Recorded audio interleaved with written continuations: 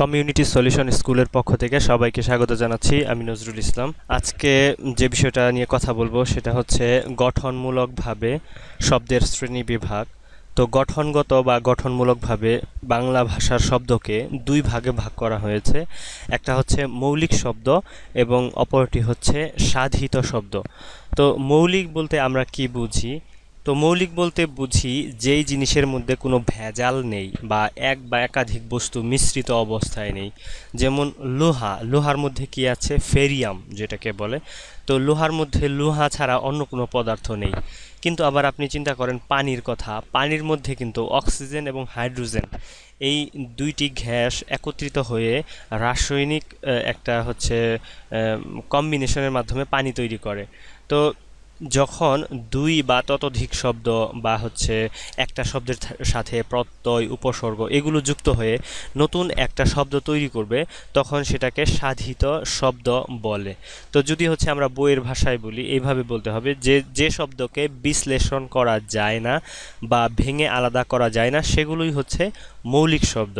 আর সাধিত শব্দ হচ্ছে যে শব্দকে বিশ্লেষণ করলে একটা অর্থ পাওয়া যায়, এই আর কি। তো হচ্ছে সাধিত শব্দ ভাঙলে অনেক সময় হয় দুইটা পূর্ণ শব্দ হয়, অথবা একটা শব্দ বা একটা উপসর্গ বা একটা পূর্ণ শব্দ অর্থবোধক শব্দ বা একটা প্রত্যয় পাওয়া যায়।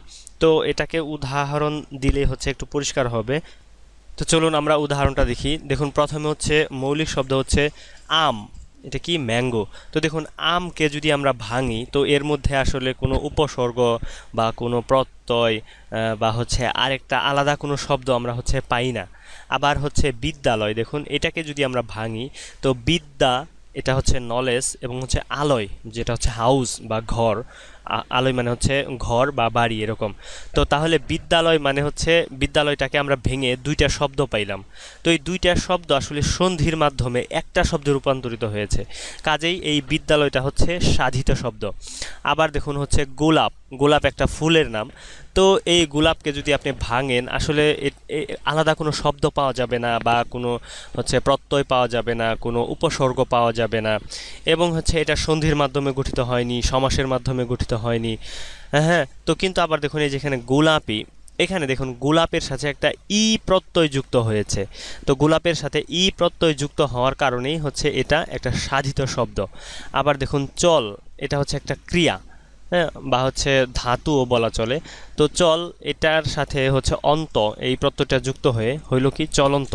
তো কাজেই হচ্ছে চলন্তকে আমরা বিশ্লেষণ করতে পারি চল যুগ অন্ত এইভাবে, কিন্তু চল এই শব্দটাকে হচ্ছে আমরা আর বিশ্লেষণ করতে পারি না। আবার দেখুন হচ্ছে চাঁদ। চাঁদ বলতে কি বোঝায়? মুন। এটাকে আমরা বিশ্লেষণ করতে পারি না বা ভেঙে আলাদা কোনো শব্দ এর মধ্যে পাই না বা কোনো উপসর্গ এর মধ্যে নেই বা হচ্ছে কোনো বিভক্তি নেই। কিন্তু চাঁদনি, দেখুন হচ্ছে এর সাথে আরেকটা প্রত্যয় যুক্ত হয়ে হচ্ছে চাঁদনি শব্দটা গঠিত হয়েছে। তো এই জন্য হচ্ছে চাঁদনি এই শব্দটা হচ্ছে সাধিত শব্দ, এবং চাঁদ এই শব্দটা হচ্ছে মৌলিক শব্দ। তো একটা বিষয় পরীক্ষার মধ্যে মাঝে মাঝে আসে, সেটা হচ্ছে এই মৌলিক শব্দগুলো হচ্ছে ভাষার মূল উপকরণ। তো এই বিষয়টা কি একটু আমি বুঝাচ্ছি।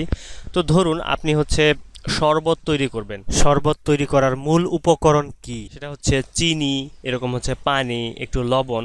তো দেখুন এরকম তিনটা জিনিস দিয়ে আপনি কি তৈরি করলেন? হচ্ছে একটা শরবত তৈরি করলেন। তো তার মানে হচ্ছে এই যে আম, তারপর হচ্ছে গোলাপ, চল, এই শব্দগুলো হচ্ছে আমাদের উপকরণ, তার মানে মৌলিক জিনিস। যেমন হচ্ছে চিনি, হচ্ছে পানি, এরকম লবণ, এগুলো হচ্ছে এই মৌলিক শব্দগুলো।